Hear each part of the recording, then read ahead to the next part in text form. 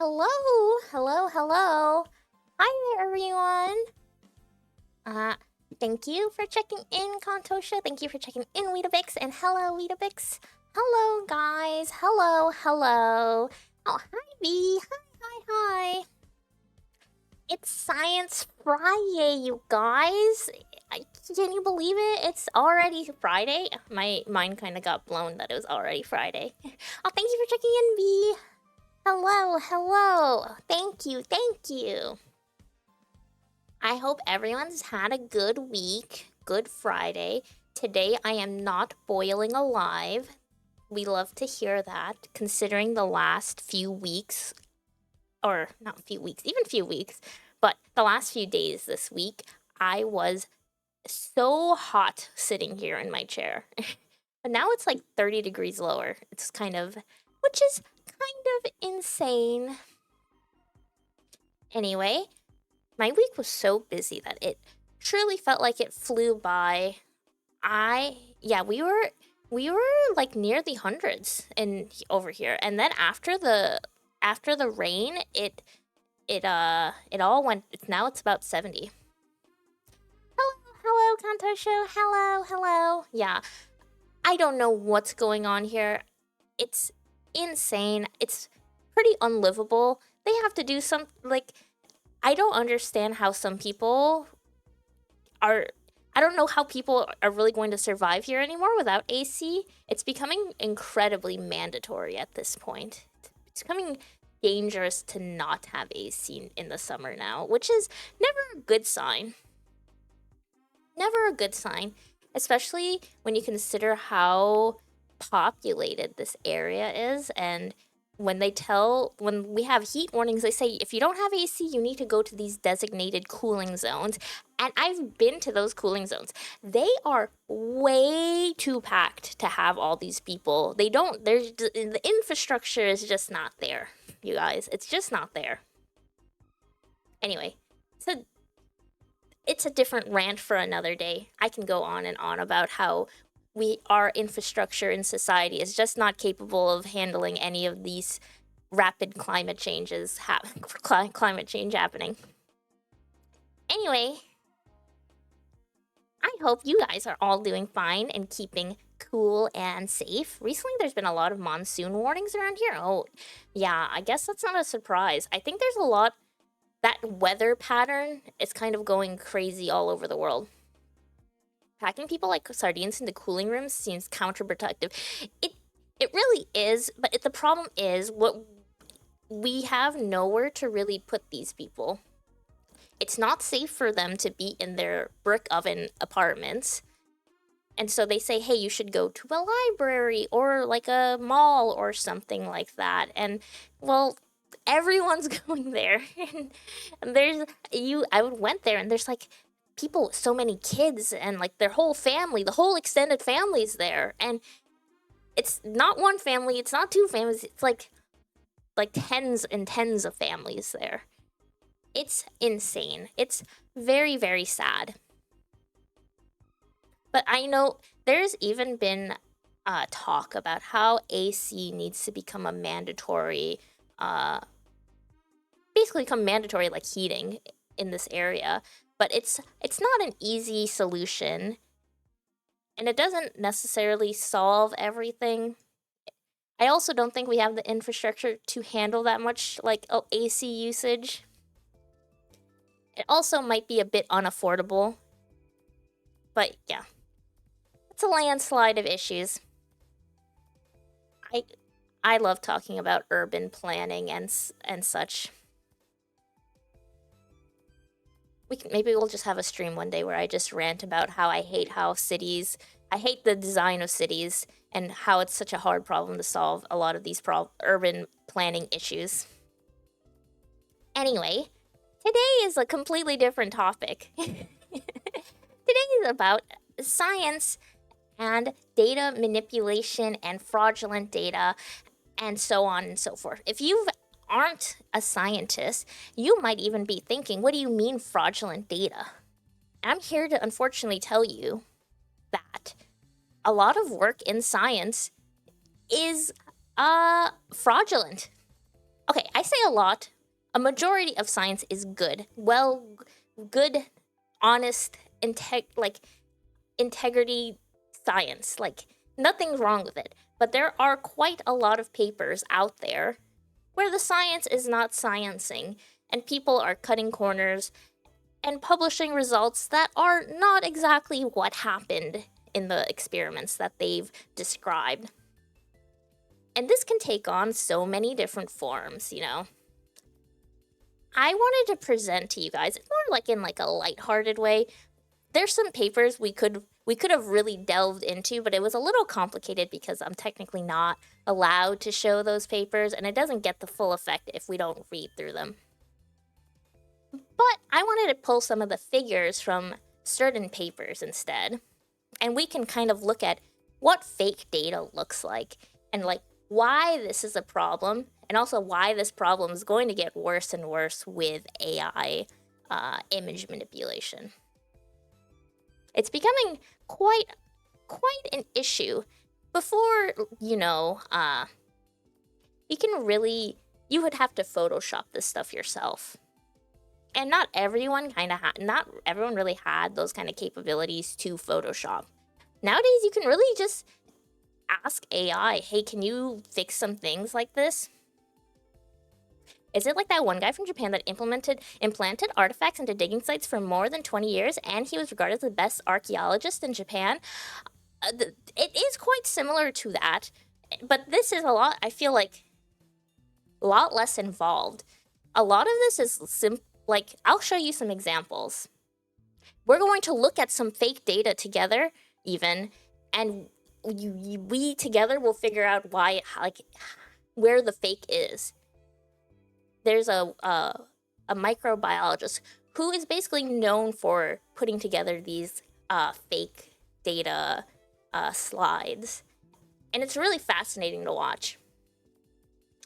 Hello, Chris.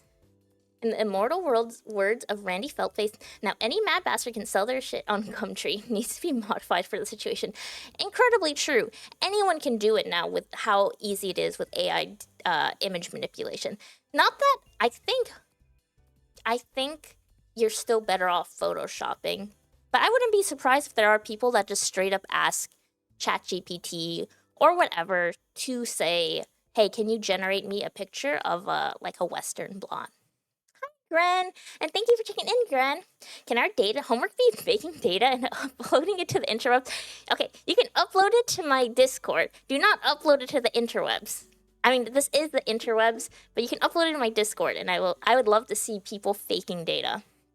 Anyway, let me move to like share my screen. Browser. Oh, I'm in the way. Excuse me. I'm not. Let me move let me move myself in a better way. I wanted to first share like the profile of a lot of the work we're going to be looking at. It's not her, she's not making the fake data, but she's compiling a lot of it. The wonderful Dutch microbiologist Elizabeth Bick. She's basically kind of become the queen of fake data. I saw an interview with her, yeah, she's very, very well known. I think she does a great job really communicating how prevalent fake data is in science, unfortunately. And she makes it like very easy to understand for people even not in science. And she just an overall amazing microbiologist. And of course, as a bacteria, we have to love our microbiologists. They're studying, you know, me. Wonderful person. And for example, oh yes, they have an example of what we're going to kind of be looking at here in regards to science integrity. Here, I can pull it up. So this is a Western blot. Is the autoclave theme fixed now? Let me check. Hold on. I think it should be fixed for this, but I'm going to check for you before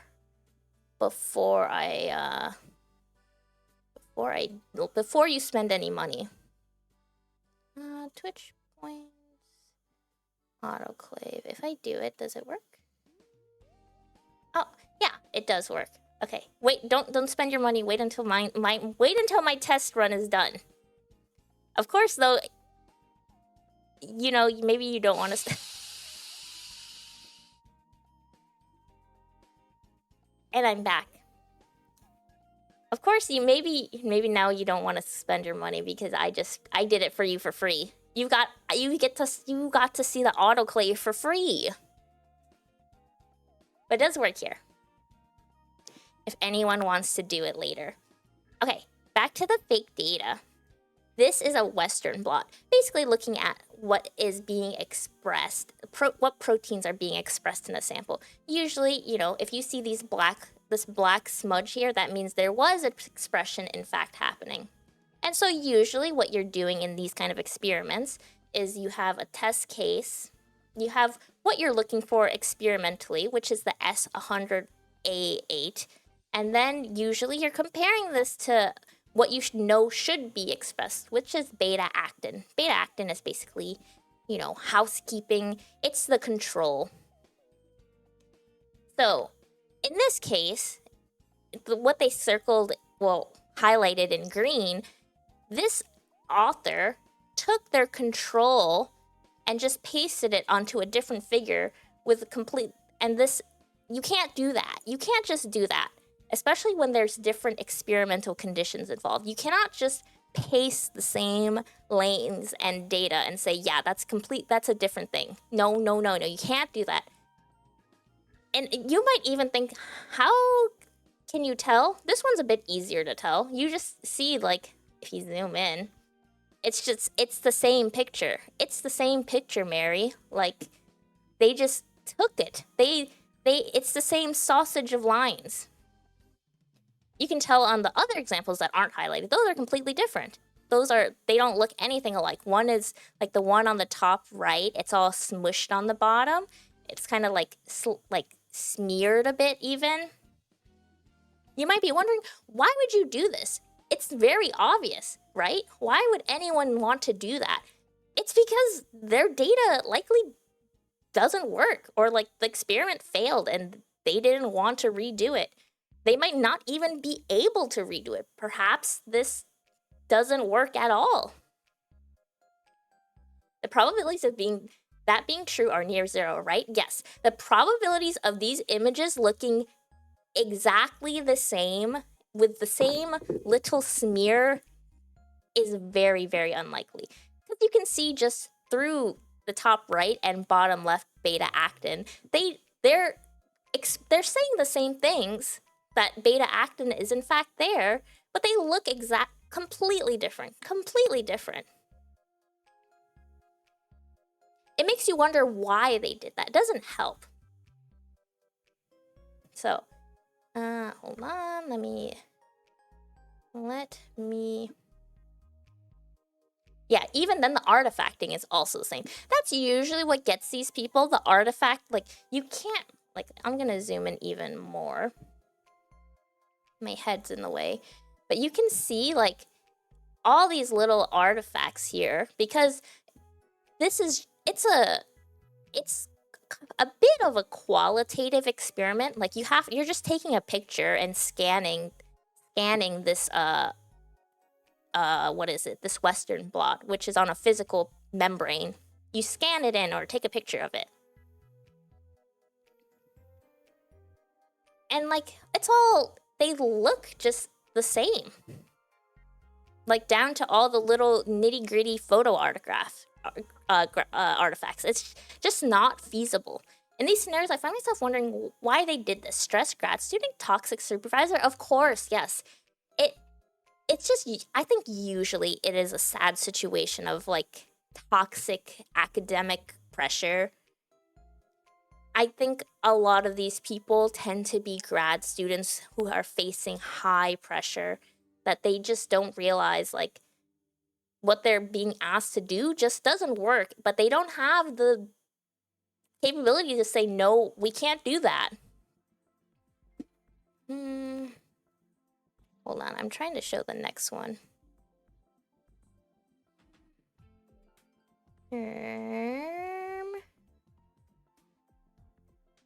No. Anyway, hold on. Now you can't see it. Oh, it's so annoying. But yeah, it's honestly pretty sad. No one really should be, even with, if you are a stressed student or toxic supervisor, it's really, really not good to be doing these things. And people they will catch you. I think nowadays especially, people are going to find you. I think the internet sleuthing of fake data is becoming more and more prevalent. People really want to, like, they are looking at your data with a fine-tooth comb and trying to figure out what the discrepancies are.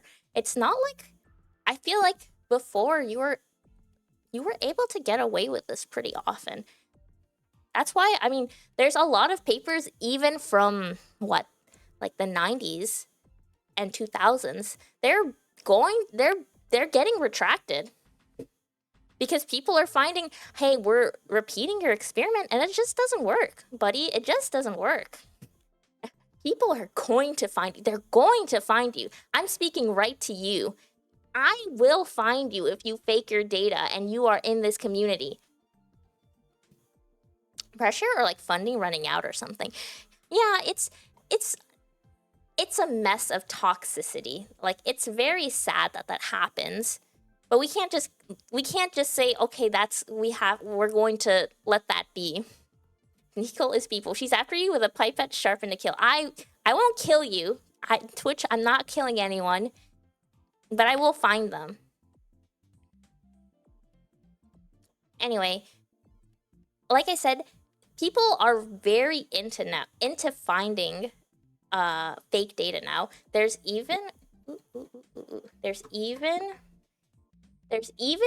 dedicated websites like PubPeer. She's gonna unhomeostasis you. Yeah, exactly. I'm gonna unhomeostasis you. There's websites like PubPeer that all about basically talking and communicating like, hey, this data looks pretty wrong, and it's anonymous. It's anonymous. They will point out inconsistencies on your paper. And we can even go to it right here. So you could search any article here and see if there's any kind of like comments, anonymous comments that might be pointing out, hey, this paper has something funky going on with it. And you can see the recent comments. There's many different comments on many different kinds of papers. I'm talking mostly about microbiology and biomedical sciences, but you can see like it's any kind of paper can have fake data, like silica-driven CO2 reduction in water micro droplets. Inkjet printed metal organic frameworks for smart e-textile supercapacitors. I don't know anything about these. Like if I click this, what's the problem here? You can't really read it because it's cut off a bit on stream. But this, you don't need to really read it, but you have to understand, they will go in depth and look like kind of like scorch your paper and go, hey, this data doesn't look right. Your experimental procedures don't look right. And this is all anonymous and also not paid. So, you know, it's kind of just driven by the passion of science, which is pretty fun to see. I've always wanted to like find a paper to call out, but I mean, I'm nowhere near the senior level to even notice these inconsistencies. But I think maybe it doesn't matter if you're senior or not. I'm just not doing lab work. And I think usually the best way you find out about these inconsistencies is you find a paper that maybe did an experiment that's similar to what you're doing, or experiments you're basing it off of are like based all on this one paper, and then you realize something is a little fishy here. It just keeps going and going. There are so many critiques. Not all of these comments lead to retractions, or they might not also be like fake data. Don't get it don't get it twisted. This doesn't guarantee that a paper has fake data or falsified conclusions. It is just something that notes, hey, there's something a little funky about what's going on here. And sometimes the authors can choose to respond and go, oh, sorry about that. That is wrong. Hey, we messed that up. Hey, we'll fix that. Which is good. That's good. If it brings up like the fact that something needs to be fixed, that's great. Amazing work. I think it does start a conversation though about why wasn't this caught earlier? We're all about a peer-reviewed process in like scientific academia. And if you're not familiar with that, that's, when you are submitting a scientific paper, you kind of have to go through this review process where other scientists of different fields read your paper and see if, hey, should this be in the journal that they are applying for? Yes or no? Most of the time, that's how it goes, right? The person that points out gets tons of merit, and the people who made the paper either fix or retract it. Yes. Most cases, that's it. Sometimes it becomes a huge controversy, and that's where you start looking at Retraction Watch. Retraction Watch is an amazing website that follows a lot of huge scientific scandals. Oh, thank you for the head pat. In most cases, retractions are just, oh, it's a one-off retraction or it's a fix. And then there's cases where, oh my gosh, this paper's retracted, and then also we're looking into this author, and it might be like most of their papers have some kind of falsified conclusions or data or something's wrong with them, and it starts this chain reaction of looking into this person's like academic past, and it's pretty crazy. It can be pretty insane. There's also cases of people who might not even be in, they are so far ahead in their career, and then it turns out, hey, they basically falsified all their data from their PhD thesis. And those ones are pretty insane, and it's really sad to see because you kind of see their whole career tumble and fall right before your very eyes. Sometimes their degrees get taken away. It's horrendous, and this is why I would recommend never, ever, ever in like any circumstances should you ever fake data, not just for like if scientific integrity isn't getting to you, just think about your career because somebody will find it. Someone will find you. I know I've accidentally copied the wrong column on something. It should be corrected, but honest mistakes are possible. Honest mistakes are definitely possible. I think sometimes in the writing itself, there can be mistakes, or sometimes there's conclusions that might have been like misinterpreted. I think those can be honest mistakes and warrant a discussion. There comes a point though when it's like, you can't say, oopsie, I did a mistake here with this image and I copy and pasted like data onto this graph. It starts going into, this isn't an oopsie, this is you are doing some nefarious deeds here. Anyway, I wanted to bring up some examples, as I mentioned earlier, of Elizabeth Bick's work where, let me zoom in a bit, where she does something called #ImageForensics. Highly recommend following her, by the way, and doing these. If you're interested in science at all, I think these are really fun. Yeah, dishonesty is also prevalent. Oops, I did again. I faked all those graphs. Ask ChatGPT. Oh, baby. Oh, I'm so sorry. I didn't know that asking ChatGPT to do my experimental design and also find my conclusion and also write my thesis and also generate a Western blot was against the rules. Oh, I'm sorry. I won't do it again.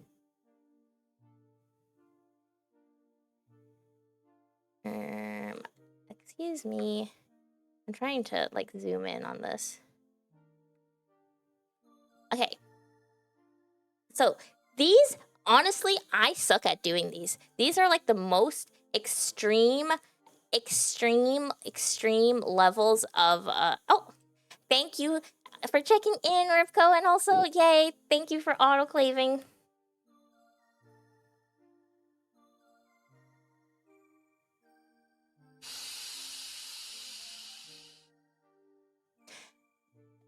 I'm free. I'm alive again. Thank you, thank you, thank you. You're 2 hours left to get home. Oh my goodness. Are you just taking a break? At least you're almost home, but yes, make sure you're focused on the road. I'm guessing you're taking a little bit of a break. 7 hours can be quite a lot of driving. Bathroom break. Okay. These, okay. Again, recommend just following Elizabeth Bick and doing these yourselves. She posts these like pretty regularly. Let's see if I can make it easier to see this. Can I see this in an easier way? Open image in new tab. No. Okay, it's so hard. It's so annoying, so stupid. Anyway, these, at a glance, I think even if you can't zoom in, I think it's important that you're not even zooming in, because this is how reviewers are going to look at these figures. They're not really looking at your figures close up, because you have to understand who a reviewer is. A reviewer is just another scientist. There's not really much glory or benefits to be a reviewer. It's a lot of extra work, I will say. As someone who has been told to, like, hey, can you, like, review these papers? It's a lot of extra work when you're already pretty busy. You are likely not going through magnifying glass and going, what's wrong? You are probably looking at these figures just like we are right now and going, yeah, sure. I see wild type GFP, wild type GR, and then they had some kind of knockout, knockdown. That's what the minus. And then, yeah, it looks fine.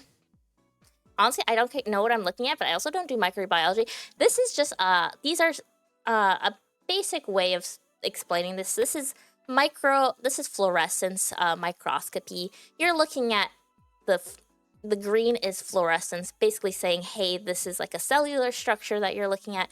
You don't need to really understand. Yeah, you're looking at green meat. Yeah, that's a picture through a microscope. It's with different these are with the experimental conditions, and this is with a wild type. Wild type meaning nothing, it's normal. Nothing happened with it. At a glance, you're going, yeah, I peep it. Sure, that's your data. It looks like you made the right conclusions. But there is in fact problems with it. It's kind of hard to see through this, but this person pointed out this part of the wild type GFP is just copy and pasted here. Honestly, it's hard for me to even tell, and I'm looking at it zoomed in. How do you find that?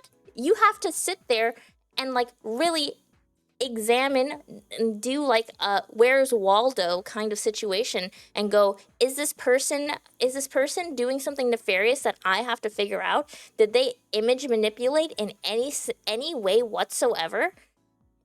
And it gets wearing to do that if you are a reviewer, because why, like, you don't want to assume that everyone's doing that, but you know, are they doing that? This might not be cut and pasted. One of those pictures could have been from the same sample. Yeah, yes, it could be. Though Dr. Bick, yeah, it could just like, they could have easily just like overlaid the wrong, like, same panels. It's very crazy still to do all these things.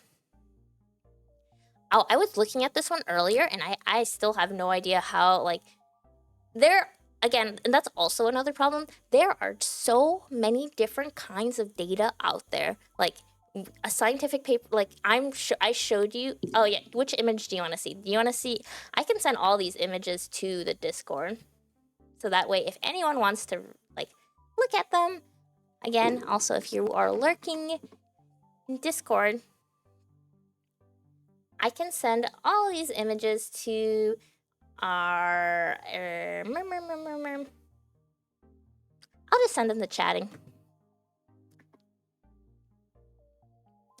And then I'll also send the green one.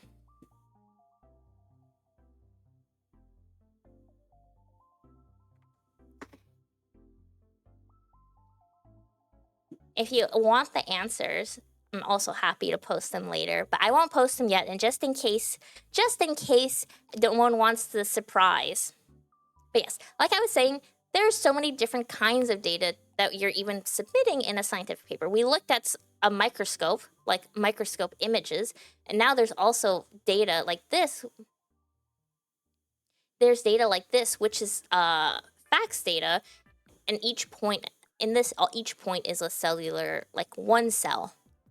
These can be difficult to like spot a difference. This is when you would have to ask, hey, I'd like to see your actual raw data. But a lot of people aren't asking that. They're just going through the graphs. I think they may have just moved the microscope and taken a second picture, pretend they had two samples. That's very likely. That is a very common strategy. And for this one, let's see. They, you did well. There are 2 more InVITSI panels. Oh my gosh. There's how many? There's at least 2 problems in this. I can't even see them like normally. Everyone's circling something and I can't even see anything. I am not built for this kind of like fake image sleuthing. I kind of see it now, but it's kind of insane. This is the most subtle kind of data manipulation, I would say. You would not think so. Yeah, they're copying, yes. You would not think like it matters that much, but it does, because that little bit of like points of the data can be enough to maybe make or break if you have significant results or not. And again, you might not understand what this data is. I don't either, because I don't know what this paper even is. It looks like it's looking at a specific type of thymocytes and then T cells. But we don't need to know the context of the paper. We just need to know they are doing something wrong with this data. It's so challenging. You were able to see the repeating. Oh, yes, I see. Yeah, that's a good point. There are these little repeating patterns. But again, like, it's easy. It's definitely easier to find these mistakes when someone tells you there's a mistake. You need to like find the mistake here. But if you don't know, if you're trying to think, hey, I like want to trust this is a scientist who has any kind of integrity, and you can't spend your time doing this kind of zoom in for every single kind of data. Zoom in on the blue circle. You'll see the repetition for this one. Oh, I do see it. You can't. I'm zooming in not on the browser, so you won't be able to see it. But yes, doing this from raw images sounds insane. Yeah. It's absolutely bonkers. It's way too much. Also, pressure to ask a reviewer to have this kind of like fine-tooth comb sleuthing. I know a lot of people, they ask, because retraction wash is getting more popular, they're asking, how does this not get picked up? Well, I mean, how do you expect these people to have the time to do it? Let's see, this is 5 panels showing heart tissues from differently treated rats. Unexpectedly, 2 panels overlap. Which one? I'll post this one also, in case anyone wants to zoom in on it themselves. Heart tissues. I'm staring so carefully.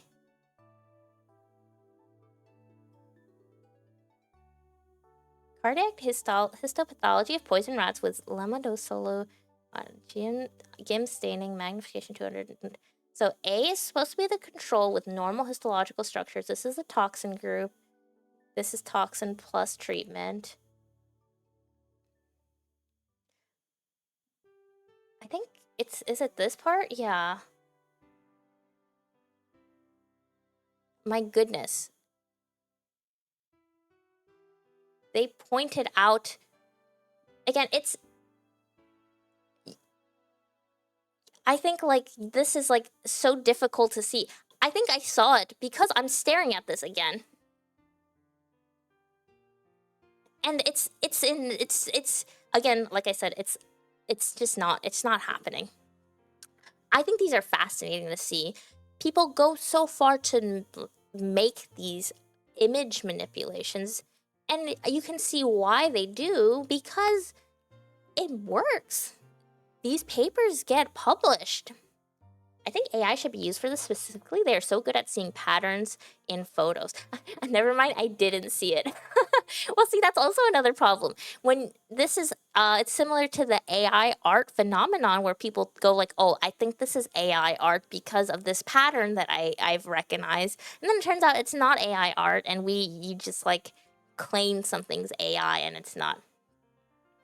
It's just it's not helpful, I guess, to anyone. We just end up having witch hunts for no reason. And yes, I agree, Kantosho. I think AI, this is something we should really utilize AI for. I think this is one of the probably good use cases of AI. We humans just don't have the capacity to, like, find these kind of patterns, at least not in a time-efficient manner. I also don't think it's very helpful for us human scientists to spend their time on this. Yes, besides cancer treatment as well. There's definitely great uses of AI. I think people tend to exaggerate like how it's going to ruin everything. I think that, though, this is barring climate. There's climate issues involved, but use case wise, there's a lot of great scientific application. You probably have to do the experiment they're doing to know for sure that it worked exactly as I said, which is one of the ideas of science, but it's a lot of effort. It's very true. Oh, it's been autoclaved.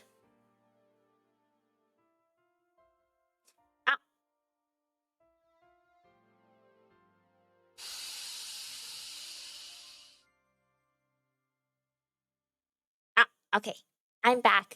Thank you for autoclaving me, Gren. You almost got me, but not really. These are also the more obvious ones. Imagine not having two that line up here. How about somebody who just copy and pasted a picture from someone else's paper? Yes, there's even more nefarious ones. Dr. Bick tends to post ones that they can be tricky, but there's definitely more nefarious ones out there. Oh, there's just a Western blot. I think these ones are likely the same band. It's hard to tell. Yeah, I think these are the same band. I think this is the most common kind of data manipulation you see, where they just copy and paste a band. They might rotate it a bit. Is that it? Yeah, 180-degree rotation. Yeah.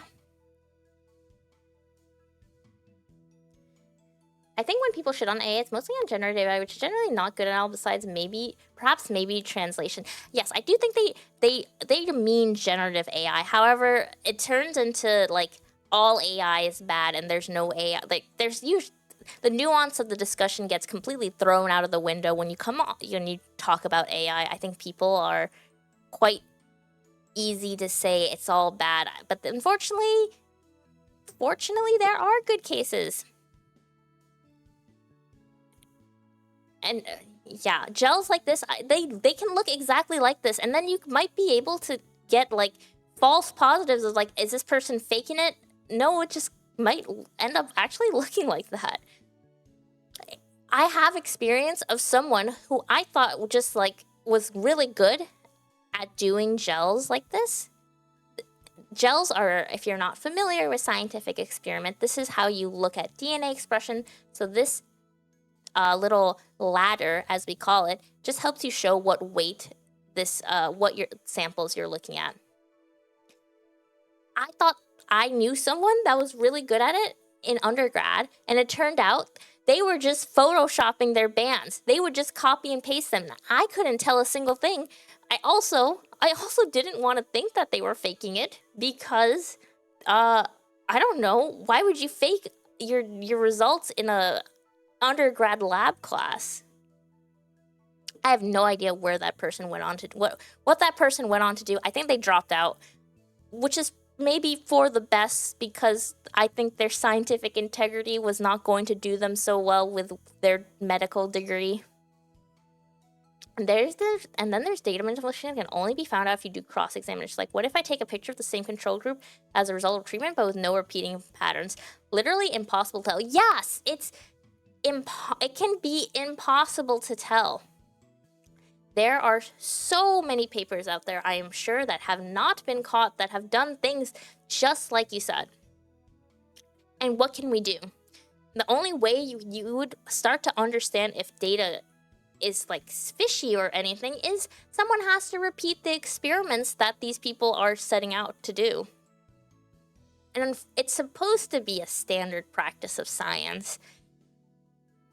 It's supposed to be that you are, all the science is going through lots of repeat trials to make sure it's actually valid, but there's just no way, not enough time in the world by any scientist to actually do that. Oh, bye, Gren. Have a good Friday and have a good weekend.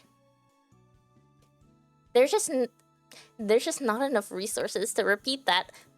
This also comes to like a conversation about science, like lab funding and science funds. We just don't have money that goes to repeating scientific experiments. No one's paying you to like repeat some guy's experiments from 20 years ago. It's sad. And it's probably some important work that could be done there, but that's just not where the money is. I mean, there's a even greater part of there's barely any money at all for any kind of science, but we won't get into that discussion. We won't get into there.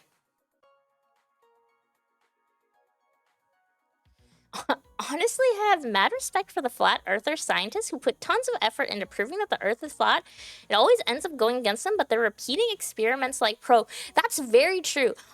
Honestly, some of the craziest anti-science theatrics do uphold some of the rigor of scientific experiments, where they're like repeating their experiments over and over, and it's like, oh, good for you. It's failing, but at least you did it. It is an honorable goal. Yeah. Anyway, I really recommend looking up Elizabeth Bick, following Elizabeth Bick, looking at her image forensics. I think they're fascinating. Another issue is you would think some of this is going on in sketchy journals, but this happens like in every journal. This isn't like just the lowest tier low journal full of fraudulent data, no one's reading it. This can happen in any journal, like Nature, Science, Cell. They've got the fakes. Thank you, flat earther scientists, for continuing to check and prove that Earth continues to be spherical. Yes, thank you. Let's give them a round of applause. Thank you, thank you, thank you. It's a bit silly, but the more they work against things, the better it proves things. It's true. It's similar to even the anti-vax scientists. I feels very antithetical to call them scientists, but they do these experiments and they turn out to be wrong, and that kind of helps. Of course, the problem ends up being a lot of these conspiracy theorists or anti-science groups. They don't really care about the actual data, so that's one problem. But for the people that do care about science and data integrity, it's nice proving something.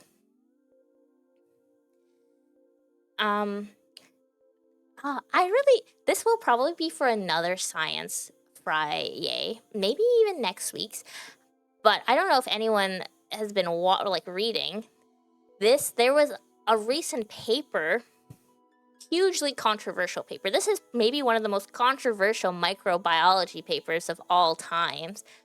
It was recently retracted, not for fake data. The data itself wasn't fake.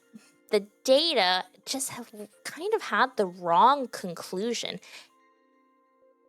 And it's very fascinating. It's kind of a discussion of should we be retracting papers if they came to the wrong conclusion, but the data itself was real and accurate? Maybe we'll have a deep dive on this next week. It's tangentially related to fake data. The only problem is the authority fallacy that anti-vax scientists provide for people to legitimize exposing their children to danger. Oh, of course, yes. That's very true. I'll give you a sneak peek of what this paper is. If you've never read it before, it's about a microbe. Hey, microbes, go microbes. This paper from 2010, I can just read it. Long criticized paper claiming to describe a microbe that could substitute arsenic for phosphate in its chemical makeup. Science is retracting the article, citing expanded criteria for retraction. It turned out it does not. This microbe does not use arsenic. It would have been amazing if it did use arsenic, because that would have such crazy applications in environmental contexts of how we could utilize this bacteria to basically eat arsenic, and what could that potentially mean. Doesn't exist. The data is not fake, though. The scientists just did not come to the right conclusion. I think it should be fixed but not retracted altogether. One of the problems I have with the scientific method is mostly the need to explain exactly what is happening. If your explanation isn't true, the data you made is just useless somehow. Yeah, I think I'll get into my own personal feelings about it whenever we do this stream. I don't think the paper should have been retracted either. I think retractions should really be for if this data is fake, I just think it should be if the data is fake. If it's just the wrong conclusion, I think there's a lot of papers to retract if it's about a wrong conclusion. There's a lot of papers out there with conclusions that have been come to terms that, hey, that doesn't actually isn't what you're that doesn't happen. What you're saying does not happen. It just feels like they took this paper and retracted it because of its controversial past, which is not, I don't know, it's not a great precedence, I think. I think leaving it up and having the authors explain themselves of what went wrong with their conclusions is probably the most appropriate. Anyway, it's a fascinating adventure. I'd love to get into the timeline of this, because it has 10 different comments. It has 10 different scientists going, this paper is wrong. This paper is highly it didn't reach the right conclusion. It's so much back and forth over the 15 years. It's crazy. It's crazy. Oh, thank you for checking in, Diamond. If the data is fake and or misleading, survival bias, something, it should be retracted. Yeah, I think fake data should really be the only criteria we're looking at when it comes to retraction. And they've expanded their the Science Journal has expanded their criteria to basically say, if future research comes to undermine the conclusion that paper has drawn, that is suitable for retraction. I just don't think they're actually going to go through and check all these past published papers to say, oh, future data has said that this conclusion is wrong and we're going to retract it. Another paper should disprove or revalue, not cause it to be removed. Yeah, exactly. There's all this new research now that ended up undermining the conclusion of this paper. It should be offered to the author to say, hey, I think you should publish a new paper to say what, like, basically what happened. How did our paper, like, why is our conclusion wrong? I don't know. That maybe it's a waste of time. I don't know. I personally am not on the side of retracting papers just cuz. Anyway, very fascinating. We'll get into this more. It's a fun discussion romp. Anyway, I also, one of the things I'd like to do, I wanted to do for this stream that wasn't just showing like one-off pictures. I really want to show off a retracted paper, but I need to find a paper that I am capable of streaming. So that will probably come in the future. There are a few controversial retracted, like, fraudulent data articles I'd like to show, maybe ideally with when I talk about the arsenic micro paper, because it's kind of interesting to contrast how two different papers can be retracted for vastly different reasons, you know. Anyway, it was a short science friYAY, but I'm really glad I can yap with you guys, you know.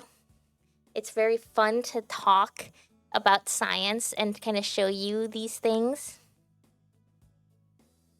It's been a while since we've done a science friYAY too, so it was really nice to, like, talk about the sciences.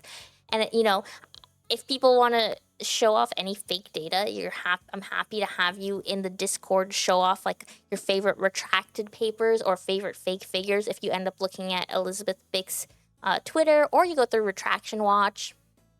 Paper retraction is one of the primary reasons why most of the time we can't get the first of anything. The primal paper that is cited in multiple different due to its importance. So well put. Very well put. You're completely right. The sciences, that comment, and then your next comment being the sciences be science and truly coolfully. Very, like, I love the dichotomy of that. The sciences be sciencin' is a great way to describe my science friYAY streams. My mom was here at the start. She said you were key. Oh, thank you. Let B mom say, tell her thank you. I could see more retractions like that being more for science media, like how string theory was made out to be more widely accepted than it actually was. That is true. I think, yeah, retractions do make quite a bit of, like, a noise. And yeah, you're right about the string theory. It's definitely, like, not actually that widely accepted. It's not. I think everyone thinks it's some kind of theory that's like, oh yeah, that's the theory, but it's really not. It's really not. Media coverage is just a beast on some. I've talked about this before. It's very difficult to cover science and without overblowing something or people running away with the wrong conclusions. Like, a paper with the wrong conclusions then being run away by people who are not exactly experts in the field, running away with even more wrong conclusions, can be challenging to avoid. Anyway, I appreciate you all being here. I want to, like, leave before the ad break comes and kicks you all off. So, thank you so much. I will be posting a schedule on Sunday. If you have anything you want me to stream or any ideas, I'm super, like, happy to take any, just because I'm, like, thinking of, I don't know what games I want to play. I can play anything, but if anyone has any ideas or streams they want, you know, just let me know in their Discord. Test that proved interview was fun, and says, yeah, it's a beast. It's hard to avoid that. I mean, Newton's laws don't fully describe the motion of Mercury. Einstein was needed help with that, but being wrong doesn't mean you're not useful. Yes, being wrong doesn't mean you're not useful. It's a great way to put it. Okay, I'm going to head out. I'm also happy to discuss more on Discord about these things. If you have any questions or want to just talk more about science, I'm always there. You can just add me. Anyway, I will catch you all later. Bye bye. Bye bye. Bye bye. Bye bye. Bye bye. Bye bye. Bye bye. Bye bye. Bye bye. Bye.